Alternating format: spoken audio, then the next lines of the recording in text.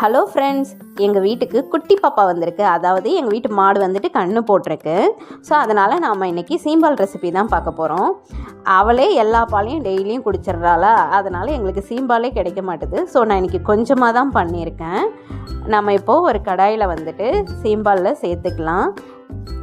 Medium ஃப்ளேம்லேயே வச்சுட்டு நல்லா மிக்ஸ் பண்ணி விட்டுக்கோங்க. ஏன்னா சீம்பால் வந்துட்டு அடி பிடிக்கிறதுக்கு சான்சஸ் இருக்குது. ஸோ அதனால் பக்கத்துலேயே இருந்துட்டு நல்லா கிளறி விட்டுட்டே இருங்க. சீம்பால் ரெசிபி வந்துட்டு உடம்புக்கு ரொம்பவே ஹெல்த்திங்க. உங்களுக்கு எப்போல்லாம் கிடைக்குதோ கண்டிப்பாக நீங்கள் இந்த மாதிரி ட்ரை பண்ணுங்கள். ரொம்பவே சிம்பிள், ரொம்ப டேஸ்டியாகவும் இருந்துச்சு. பாருங்கள், நல்லா சுண்டி வந்துடுச்சு. இப்போ வந்துட்டு நாம் இதில் 2 ஏலக்காய் வந்துட்டு பவுடர் பண்ணிவிட்டு சேர்த்துக்கலாம். அப்புறம் இதுக்கு தேவையான சுகர் ஆட் பண்ணிக்கிறேன். நீங்கள் நாட்டு சக்கரை கூட நீங்கள் சேர்த்துக்கலாம், நல்லாயிருக்கும்.